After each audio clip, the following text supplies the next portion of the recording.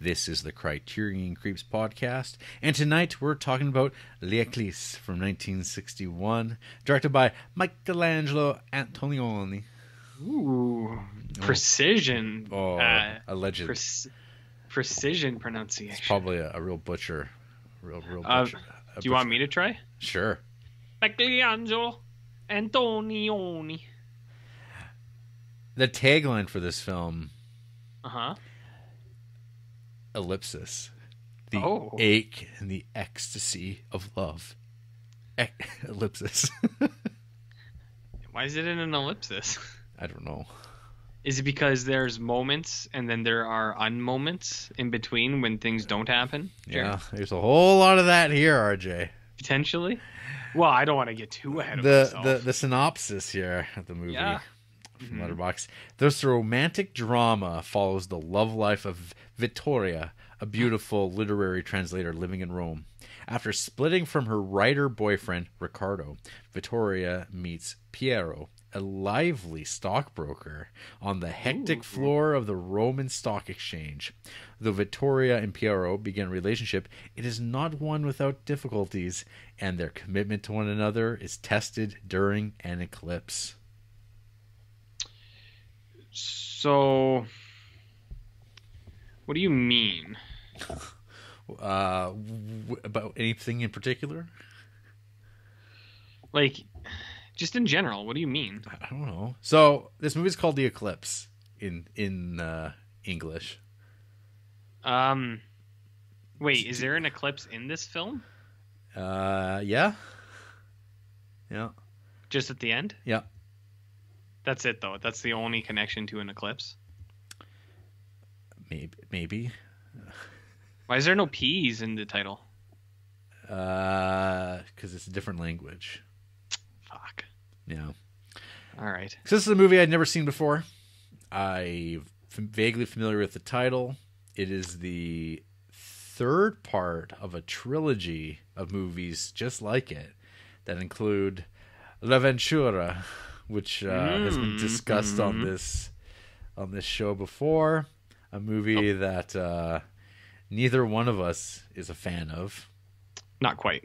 One day we will also get to watch La Notte, which is the middle part of this thematic trilogy. Is it? So that's a later Criterion film? Yeah. Well, who the fuck planned that? That they put the second one after the third one? They didn't have access at the time. So John Criterion was like, "This is fine." He dropped the ball, and Gary never he didn't even care. Gary Collection? Yeah, because it's John Criterion and Gary Collection, right? Yes.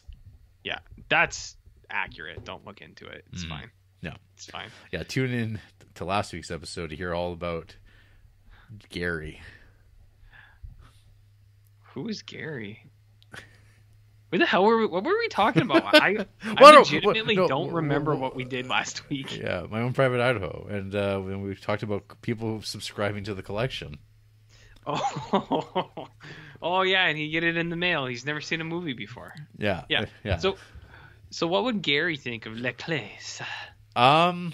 He's like, well, I really don't know what to think. Says, I guess maybe you had to be there. Seems like it's got a lot to say. Seems being the key point here. I feel like the emphasis on things that aren't happening imply that things happen. Yeah. Yes, you know? Importance. So the movie opens up with a fairly bombastic opening credit music. Ooh, bombastic. Yeah, it's kind of exciting. You're like, Michelangelo's changing things up. Ooh, hold on to your ass. Into more ass? Did you say? Hold on to your ass. Because it's gonna be like hard charging. He's just gonna let. He's not gonna let you go. I wasn't a fan of that one, Jarrett. I'll tell you that much right now. So then it dials down right to one. Just hard stop to that business. We have a man. He's hanging out in a room, a living room, and there's this persistent sound, the hum of an oscillating fan. And what happens next, Jarrett? Well, he's well dressed. He's is he him leaning on a stack of books? Yeah. Oh, he does some leaning in this film. He is a learned man. He does some leaning. This guy. Mm-hmm. And then it's like, hey, it's that lady from La Ventura. She's back. In Pog form or just back? Just back. Yeah, and Monica Vitti. Monica Vitti? Yeah. Wait, was that her name in the film as well? Vittoria. Oh, so Vitti and Vittoria, that's not the same name? Mm-hmm. Is that what you're telling me? Okay, I don't really buy that, but all right, whatever you say. Yeah, so she's here. Okay. And it just seems like, yeah, she's wandering around. Sure she is. You're going to see a whole heck of a lot of her. Doing stuff. What kind of stuff do you think she does, Jarrett? Acting. She does some acting. Okay, what other kind of stuff does she do in this film? Well, we'll get there. Okay. Don't you worry. Okay.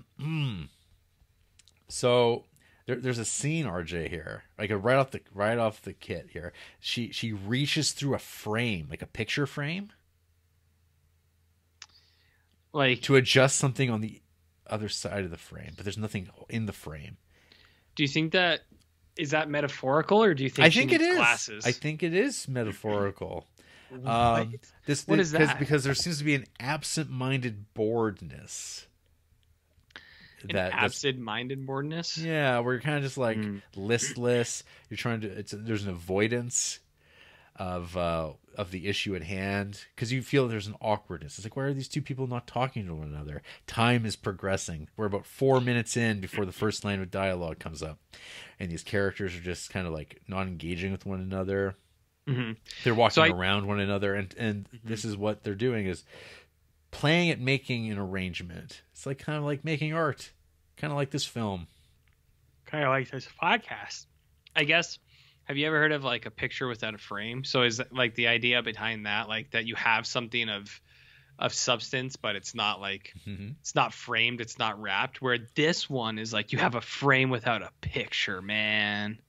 You got nothing on the inside, man. That's what Michelangelo would have said. And then there's her walking across the room, and there's like such a reflection in the floor. Oh, yeah. You get to see her mirrored.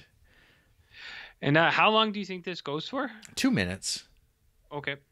You get the sense that there had been a difficult conversation off panel regarding a relationship. Was it a breakup?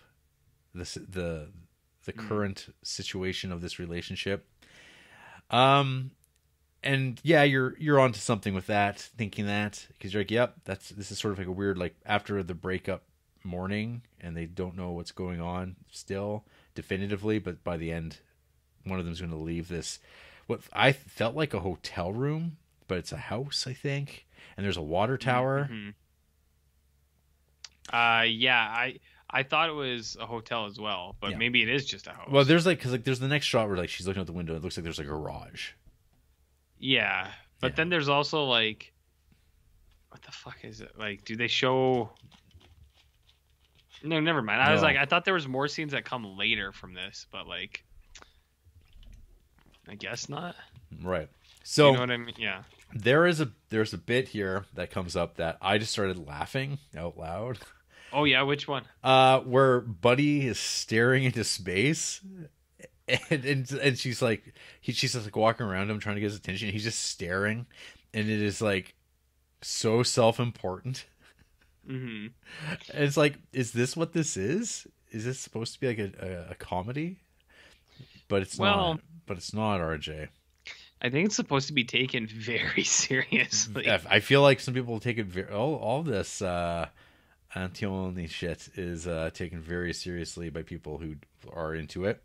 Mm-hmm. There's a bit where like she kind of like is like so frightened by the fact that he's not talking to her. She like walks around the corner where there's like a perfectly situated mirror on the wall, so the camera doesn't have to break from looking at him, but they can show her face of like reacting to the coldness and distance of him that he's just like doing, and then he's fine like a second later.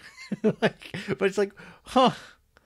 What do you think he was? It's all about. It's about the composition. You see, this is an artist who is fully engaged with the art form.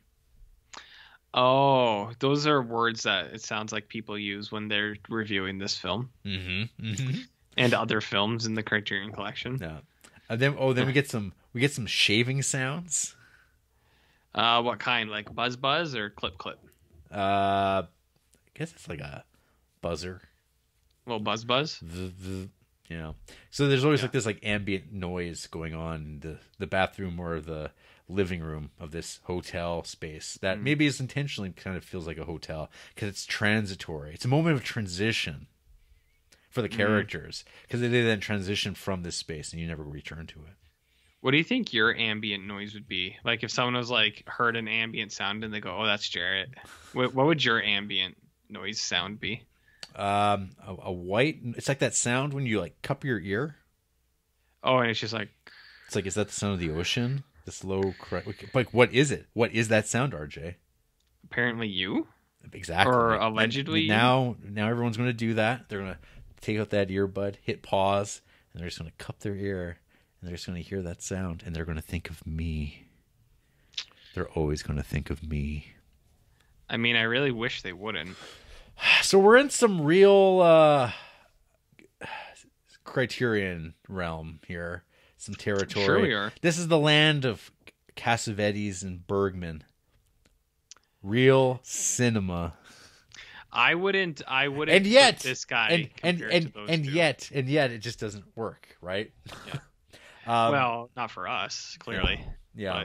There's so then she leaves. We get like this weird like transition of like post-war Europe, Italy. Like it's very desolate, but they're in the process of rebuilding. So you're getting like modernist, light posts being put in, and new buildings are developing on the edges. Like these would have been empty fields with giant women walking across them in a Fellini movie, but now they're filling up with modernist architecture. How would the women be dressed in the Fellini one? There would be like kind of like their the shoulder strap would be down, and a lot of fanning of chests. Oh yeah, and would they be barefooted? Barefooted? Yeah, that's an important part, I think. Yeah. Yeah. There'd be that sort of imagery in this. I mean, it's kind of like it's not that far off, but they're a little bit more slinkily dressed here. What do you mean by slinkily? What does that mean? It's exactly what it means. To slink. To slink? Yeah. To zip zap zoo? Something like that, potentially. Correct. Okay. So she leaves, he follows, and she wants nothing to do with this guy. She's like, "Come on!" It's like, "No, I can't work for you anymore as your editor, reader, because we're through." And he's like, "Ah, come on, let's hang out some more. Let's go for a ride." She's like, "No, I'm walking." "Oh, I'll park the car and I'll walk with you." And she's like, "No, I'm not feeling this." And then we get stonks. We do get stonks. What do you think they're buying? Are they buying Dogecoin? Are they buying a? They're about GME, baby. Do you think they were buying the new Kings of Leon CD? I hope so. Oh, okay. Whatever the equivalent was. At the time, I'm pretty sure that's what it was. Yeah, eventually it doesn't work out well for them. Well, because Victoria's mom works or hangs out at the stock market. Well, she's there. Well, she's she's not a trader. Like she's got money into it, right? Yeah, so, I mean, I don't know. If this is olden times. This is before Robin Hood apps, where like you'd have to actually go there and keep an eye on your money. Yeah, you couldn't hire a portly gentleman who sweats a little bit to go and handle it for you. Who learns everything about the stocks from like just opening up the newspaper for the day's last report. Yeah, that's what I want. But she's involved somehow. My next note here, RJ, is this guy's fucking movies. Yes, yeah, and I'll say my 2 cents. This is when the feeling began to sink in. Was when we hit the stock market. Just how it just kept going. Yeah, and I'm like, where am I supposed to become invested in anything? So Vittoria then goes to back to her house, to her apartment, and she's hanging out with her roommate Anita. And there's a lot of fanning of breasts, actually. So now we're into some Fellini territory. Mm-hmm. Everyone's just like, oh man, I'm so hot. It's so hot in here. Man, my breasts are so sweaty. Mm-hmm. And Look at it. It's just ladies being ladies. Ladies like that. Yeah. And then the next door neighbor, a real colonist, arrives, and they're all hanging out in her apartment from all their wares from abroad. One thing being an elephant foot table. Yeah, and that's like just not cool, man. Because it was the '60s, you know. Those guys need those. You know, Do you know what I mean? Not that one. Not that one. So this sequence goes on for some time. The women hanging out. Yeah. There's a scene where Vittoria, I think, is looking through photographs and like a book of photographs, and there's like a unsatisfying quality of film image that doesn't, it fails to simulate life. And I was like, is this why old Michelangelo here is making bad movies intentionally? Because he's like, there's nothing that's satisfying about watching anything like this. You have to live it. I mean, or I feel like he'd go the other route and just be like, it's one thing to live, but it's another thing to watch. That's his accent, I imagine. And then, RJ, then we get some surprise blackface. Yeah, did you see that coming? No. Because I didn't. Nope. Yeah, we get a little bit of that. We get a little performance. Yeah, as soon as I heard like the drums, the jungle drums, I was like, uh-oh. Yeah, but then you're like, what's this? And you're like, oh wait, this is happening in the movie now. Like, these characters have decided, hey, let's entertain ourselves, because the one character, the one other woman, the colonist woman, I guess think of her as, she's regaling tales of the land, farming, and then at some point they're like, hey, let's stop playing Negroes. Yeah, they use that word exactly. And then it's almost like she says it, and then the girl's like, oh, you made me feel bad. Yeah, because you didn't want to do that. And then it just starts getting into then starts turning into just full on racism with these characters, talking about them coming out of trees, looking like monkeys, and it's like, huh? I mean, yeah, I'm not sure. I'm like, this is, I guess, how a frank way that people probably did talk in 1962. I feel, sure. But it's like, goddamn, who am I rooting for here?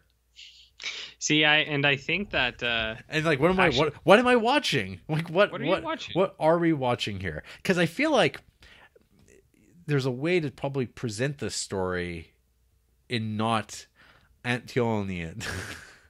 Antonian. Well, what do you think would happen if, like, say, who's a mastercraft of the romantic dramedy nowadays? Like, is there anybody? Fuck, I can't even really think of a director. Well, I feel like I don't even know if movies like that necessarily get talked about or. Let's go the other way anymore, because it's Netflix, right? Because these things get like drizzled into like theaters and stuff. So anyway, this isn't that far removed from it, but it's art house version of that. Yeah, let's look at the other way. So if Amy Adams played the lady, because obviously, who would the male counterpart be today? Well, it's got to be a Jeremy Renner always. It's got to be. He's the modern day Alan Delon. Fuck! I've heard a lot of people say that they're almost the Alan Benoit, but Delanote, Delroy Lindo, same thing, right? Delroy Lindo. Yeah, I saw him in the news yesterday or something. Oh. Like, apparently people thought he got snubbed for, I don't know, an award, but awards don't mean anything anymore, or never did, I guess. Hey, speaking of Italians and blackface, I think I don't know if, I can't remember if I just saw this because it popped up on my Twitter, or if we talk about Italian films so much, and my phone listens to me and thought I would like this news or something. I saw something about the first like all black Italian film coming up, being made right now, about what it's like being black in Italy. And I went, what timing compared to L'ECLISSE. L'ECLISSE. Yeah. What were we talking about? So they were racist, and then they went to the beach afterwards or something. Well, they like go to like there's a dog. There's like a pack of wild Italian dogs running around, and they're looking for their dog, someone's dog that got out. And anyway, they wake up, and then there's some more stonks. Yeah, there's a lot of stonking. No.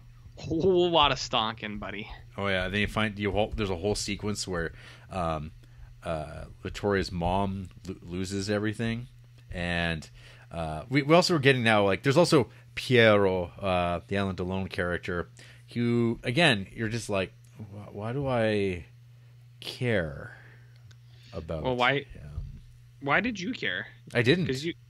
I thought you felt passionately about this film. Oh. I'm sorry. Is that the impression you're getting? Yeah, I can't pick up on social cues though, so I don't know if but he's your like inflection. But he's horn hounding it to clean up my language here a little bit. He's got a Vittoria in his gaze. Did you say whore hounding it? Horn hound. Oh. Okay, that's fine, I guess. Yeah. Yes, that's fine. It's fine.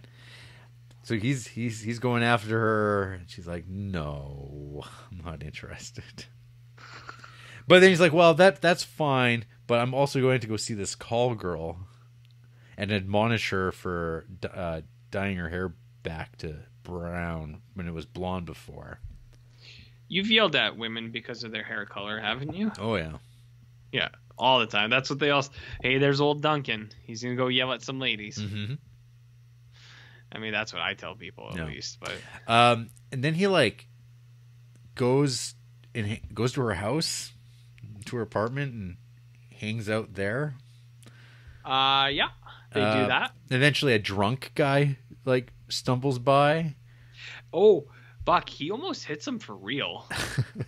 Like when he dodges out of the way, like that's not like slow down or anything. Like I'm pretty sure that was a drunk driver, and he almost hit that guy in real life. That's what it looked like to me, at least. Well, that guy gets his just desserts. He steals Piero's car and crashes it into the water and drowns, and he's dead. Mm-hmm. And Piero's like, I don't care. Fuck that guy. It's like, why don't you feel bad? I'm like, oh, I don't know. He's like, well, he stole my car. He's an asshole. Yeah.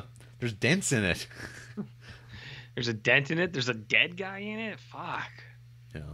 He's drunk. He probably peed a little bit. You know? Drunk guys.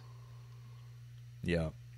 So anyway, there's a whole lot of will they, won't they in this movie where it doesn't make any sense. Yeah, like I feel like it's not even. It's like will they, won't they? But then it's more also just like, why are they together, and why do we want them to stay together? Right.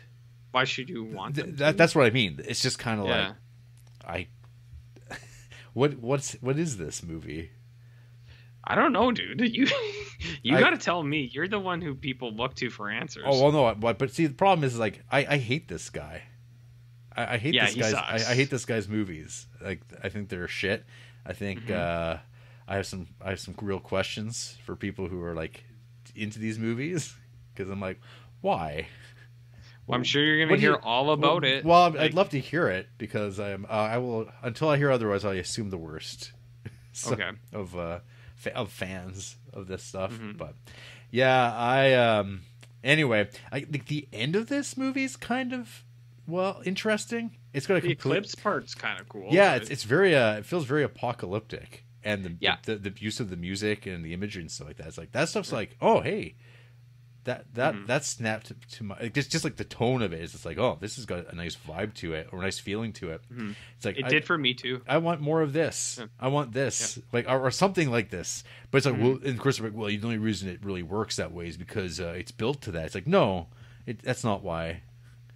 You could do all these things, and something that I would, I don't know, like more. See, well, and that's what I thought too. Like when when the eclipse part came up, I was kind of like, fuck. I was like, should I have been paying attention more in this movie? Because this looks cool. And then I was like, no, I was paying attention. And this movie was not cool until this part. But yeah, the eclipse stuff is cool. And then, yeah, I kind of felt the same way with you. I was like, I want more of this. But where do you rate this? Higher or lower than Gertrude? Wait, well, I gotta say, RJ. I mean, so yeah. Once again, old Antonioni. He just doesn't make movies I want to watch ever. Okay. Yeah. So, yeah. RJ, what did you think of this movie? Oh fuck. Other than the big stonks that we mentioned before already? No. Yeah, this is not my kind of show, my man. This 5 minutes into this, I was like, holy fuck. I was like, we got one of those, huh? And I knew that this was over 2 hours long, and I was like, oh my God. I was like, this one almost ended me, to be honest. Like, there was a part where I was just like, fuck. I was like, what are we watching these movies for? What are we even doing this for? Yeah, it was one of those good ones. This movie feels so Criterion in the worst way possible for me. But you know, someone talks about it as affectionately as someone talks about like the Odo meets Frank Sinatra episode of DS9. They're like, oh, it's so powerful, man. Wow, that's only the creator of it, though, specifically. I don't know if there's. Well, I bet Antonioni thought this film was pretty fucking good too. Man, maybe. Who knows what I don't know what he thought, but I don't care. Because this is a guy who's decidedly not my guy. Oh yeah, like yeah. Hard at this point, because even I watched Blow Up like years ago, and I felt really cold on that. And that's like the only one I had ever seen of his for years. And then eventually I watched La Ventura, which, like on paper, sounds like, oh, I mean, everyone loves it. Who likes movies, and it sounds interesting. It's sort of a disappearing woman, and I'm like, that sounds great. And this is like, I mean, this is that same era though of like the indiscretion of an American wife, or A Brief Encounter, or Summertime. It's about this like, or love, or fuck. God, don't put Summertime. No. But you know what I mean. It's like this type of story that like one has a big Hiroshima Mon Amour. Same. Oh yeah. Same kind of thing. Where I'm like, sure. is this like, this is just not a story beat that I'm not interested in. Like Brief Encounter is good, but man, is it all these other movies though? Fuck. See, and I feel like sometimes those ones work really well for me. Like Brief Encounter is great. I thought Summertime was great. So like those movies can work, but then I think you also get the La Venturas, the L'ECLISSES, and the I Know Where I'm Goings, because I feel like those are all in the same wheel or same ballpark. Mm-hmm. Same ballpark. So where do you fit this between Gertrude? Like above Gertrude or below Gertrude? You remember Gertrude? Man, not how really. How can you forget? I remember it being like hideously boring. Yeah. What about above or below? This movie is really nice looking.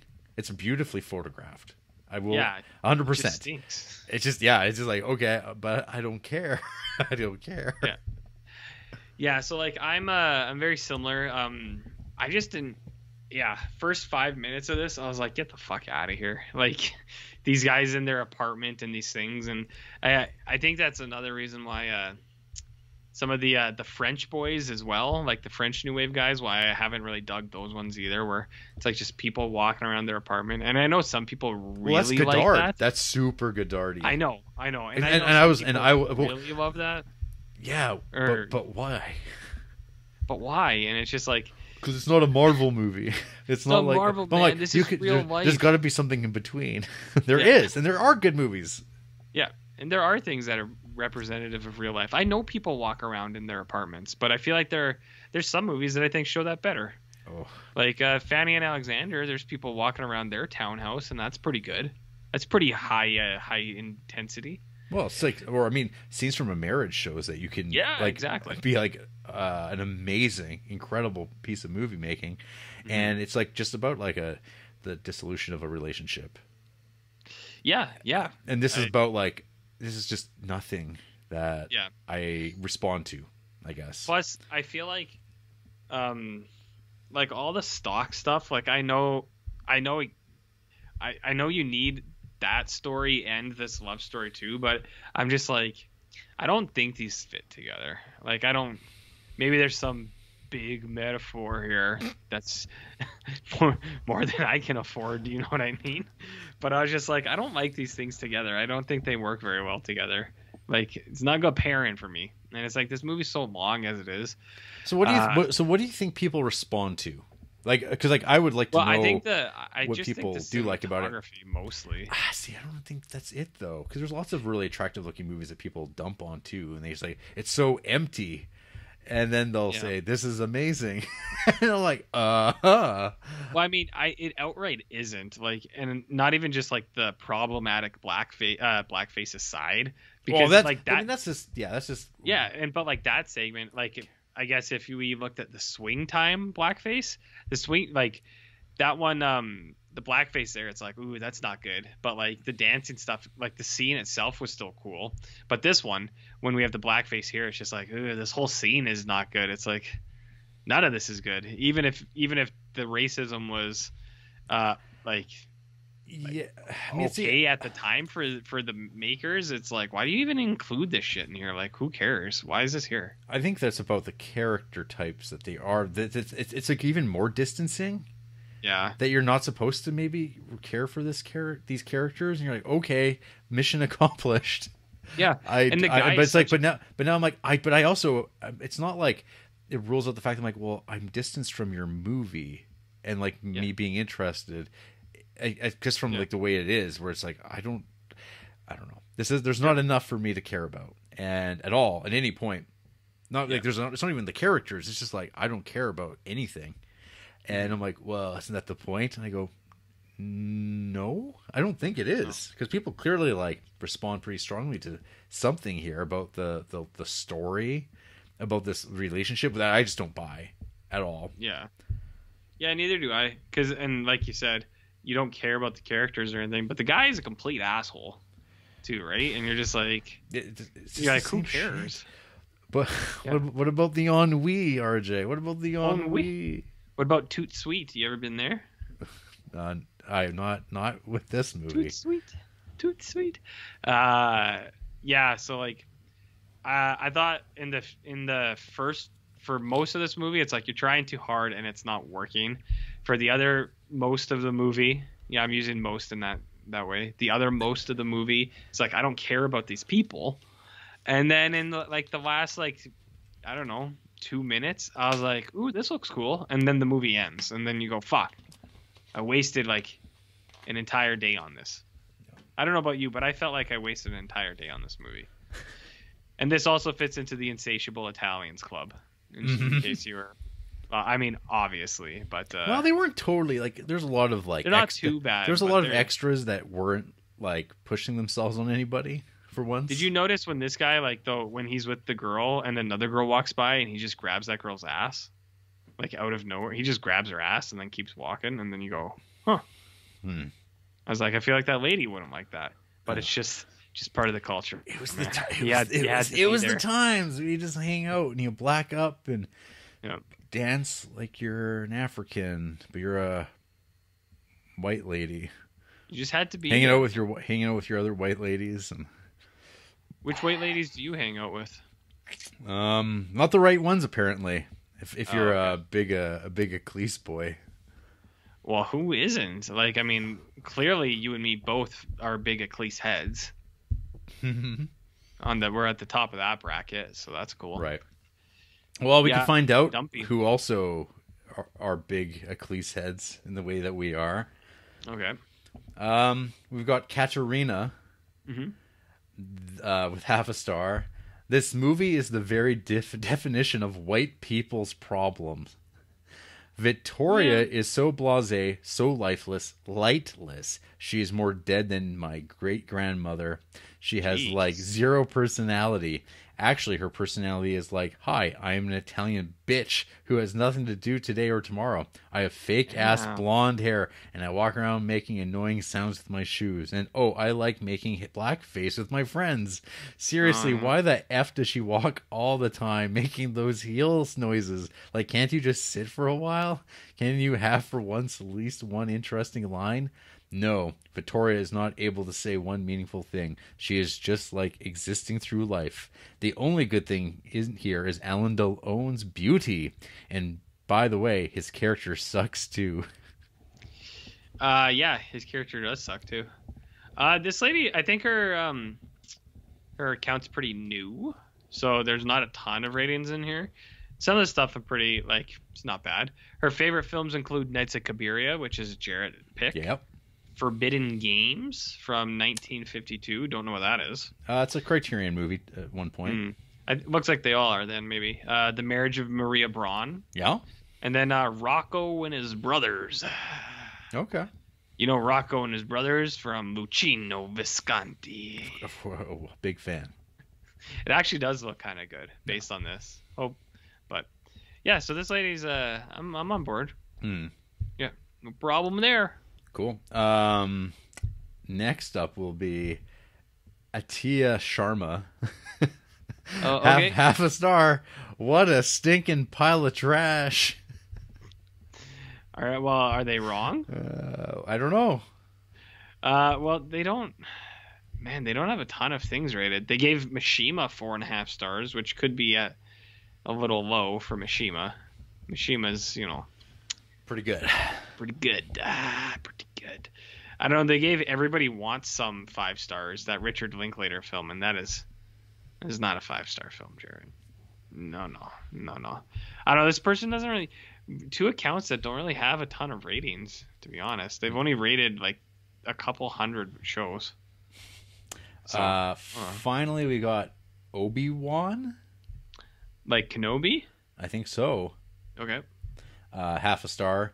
Shooting Monica Vitti's face for 2 hours straight and calling that a film. Of all the untouchable greats of cinema, in Antonioni's case, I can actually understand how can someone see his films as masterpieces.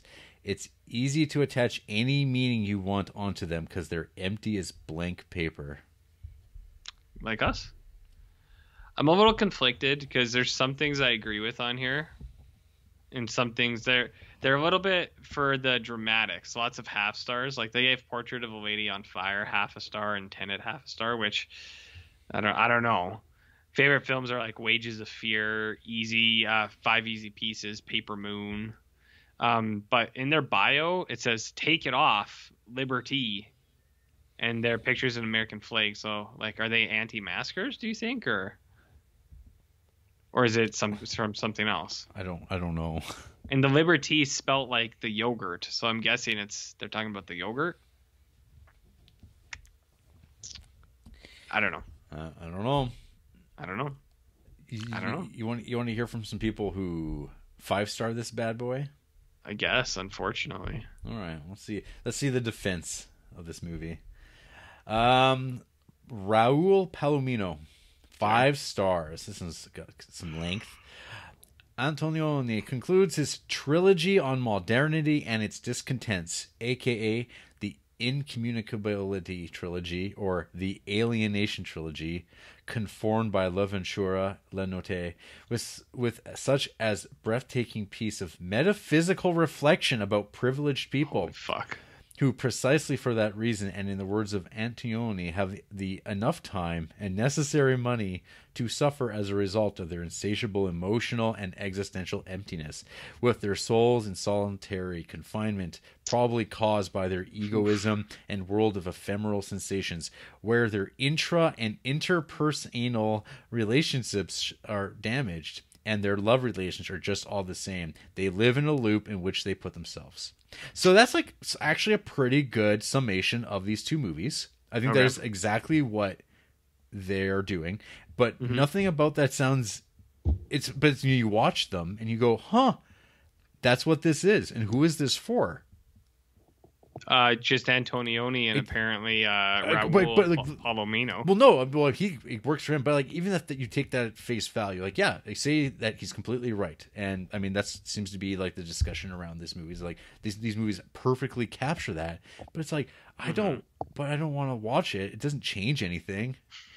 It's just like watching like awful, shitty rich people do shit and they're miserable, and you're like, I'm going to feel good about that. I'm like, not really, because those actual people don't probably even feel that bad about it. They're busy being rich and vacant and awful elsewhere. They don't care about these movies, and so they're like, yeah, you go watch that. We're gonna go have fun. We're gonna go play in the stonks, and black up. So I yeah. I also like the rationale for like being sad for the rich people. They're like, man, I lost like a million lire, and they're like, that guy lost $1 billion lire. Yeah, let's feel bad for him. Well, I don't know if you're supposed to feel bad. It's just kind of like there. No, yeah. So again, I'm like, I just don't really feel the intention of this. Like, it feels confused to me, or like a statement that like I don't need to see this. This isn't the message I need to see about these types of people. Not your movie. Yeah. That's what you say. Let's see. Anything else in this one? In the final 8 minutes, one of the best and most haunting mixtures of static and slow cinematography sequences with music around cinema. The Italian urban architecture, like the shadows imposed by large buildings in a sunny day, empty streets, standing water in a trunk where a splinter floats, falsehood and illusion, imposing themselves in an eclipse in which finally nothing has changed. Question mark? Yeah. Let's see here. Yeah, the last couple of minutes are good. We agree on that. Yeah. Some people call it sublime, genius. Who threw that out? Kinreig. Theo Antonioni brilliantly used framing, focal lenses, and angles to tell a compelling story of a changing world. An inability to connect. RJ just got up and took his headphones off and left. He's gone. It's it. It's over with now. There's no more podcast. Yeah, see, he's left. He's getting in the garage. He's starting the car. Oh no, he forgot something. Yeah. Oh, okay. No, totally. You left the garage. You left to leave the podcast. That was what I was saying. You should have just gone. You should have kept running. That was your Goodwill Hunting moment where you're like, you should have never came back. You should never come back. Should have never come back. Well, I was listening to Tio or whoever you were talking about, and my cat was opening up the closets, and I was like, hey, get out of here. Would you be surprised if the people who love that also love L'Avventura? Because they do. Of course they would. Yeah, it makes total sense. If you like that, of course you're going to like this too. You're going to say, I'm not sure which one's my favorite. Like, that's the sort of conversation. It's like, because but they both work for you, there's no questioning it. And it seems like a lot of people just like to talk about how the movie works for them. And I feel left in the dust because I'm stupid. If someone will let us know. We're Philistines. Oh, we're gonna get some choice comments on this bad boy. Oh yeah. Hit it in the chat, man. Also, maybe subscribe, and you can hit it in the chat every week that we disagree with you. Jarrett's there for you, right, Jarrett? Yeah, your money's good. You'll take care of these people. Your money's good. Well, I mean, if you really don't like us, probably should retweet it and say these guys stink. But Theo continues. Oh, right. His work is raw and macabre as it truly stands for the primitive existence of life. Does it? And inability to connect, love without reason, crime without passion, and love without the essence of it. It's like fucking, is it? It's just fucking stupid. It's like, no, it's not. This is asshole movies. That's it. What kind of movies? Asshole movies. Asshole. Like that? Asshole. I'm glad you love this guy. Jared Varga. Vile stuff. Great follow-up to watching Demon Lover yesterday. This guy literally can't miss. I feel like I'm being... See, I'm glad that Jared Varga's I like his Twitter thing. It's like it's a car with Patrick from SpongeBob, but he's like kind of like John Cena-ish. Patrick is John Cena-ish. Yeah, that's what this it's a drawing of but standing in front of a car. And their tagline is Cinema 3, the vibe image. And one of their favorite movies is Us. Oh, like which Us? Us. Oh, the horror film Us? Yeah. Yeah, that sounds... But but the reason why, RJ, their favorite films spell out... Because one of their first film is P. Oh, get the fuck out of here. Us. S-Y. See, it spells pussy. That's vibin'. That's vibin', and that I assume is the baseline of joy that one gets. Pussy and Antonioni. Okay, RJ might be leaving for real now. I think I got him. I did it. This is it. We're calling it a day. He's just out. He's out. He's good. Fuck. Get the fuck out. Hey, what did I just say? Asshole cinema. Yeah. Yeah. No, just get out of here, Antonioni. Oh my god. Any final thoughts on this movie? I agree with you. Did you think? And I'm glad. Do you think people would hold it against us if we just like skipped his movies from now on? Like that's our statement. Like we'll never watch another one. It'll come up. We're like, yeah, we're not doing that. I definitely don't want to watch Red Desert now or whatever that fucking movie is. Anything, any of it. So I was like, no, I don't care. I don't like these movies. It doesn't matter. Yeah, I really don't want to watch that thing. But you know, I think it's nice for me that you're on the same track here, because if it was just me talking like this, I would get really railed with shit. But at least we can go down together. That's right. Yeah, which is good for me. I like that. Mm-hmm. But yeah, I don't have many thoughts for thinking on this film. I think it was boring. It's a real good movie to rest your eyes on, as my dad would say. You know. Yeah. Pops. Mm-hmm. It was a good point. Did you hear that blub? I did. It has a better blub than the movie had. No. Yeah. After the break. Yes. I mean, I don't know. Maybe the last like 8 minutes of this episode was really cool, like the movie. And then like 5 or 2 minutes of it, really cool sequence and stuff. Us dumping hard. That's what the cool sequence is going to be, is us dumping hard. That's what it is. But it's going to be like one of those like audio dumpings, kind of like Pontypool, that when people hear it, they go into like a zombie state, kind of, right? Like an eclipse state. Be less like Antonioni and be more like Mike Trout. Well, apparently, man, Mike Trout apparently, he wouldn't make this movie. Great guy. Best guy. Signs autographs. Yeah, well, that's all you need. That's all you need to do. Good with the kids. Yeah, good with the kids. Good with the kids. He'll throw him some baseballs, hit him some dingers. Hey.